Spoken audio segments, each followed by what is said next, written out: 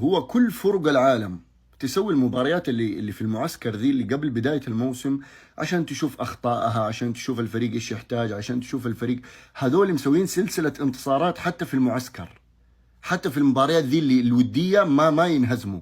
حتى في ذي المباريات أنا مستقعد لهم أباهم ينهزموا عشان أنا أطلع أتونس عليهم، ما ينهزموا. يا عيال يفوزوا بسهولة بسهولة بسهولة بشكل انتم ما تتخيلوه. يعني انت لما انا اطلع اقول لك بسهولة انت ما هتتخيل. طب شوف معي شوف معي. اول شيء الهلال لعب لنا الدقيقة 70 بدون سناتر الاساسيين.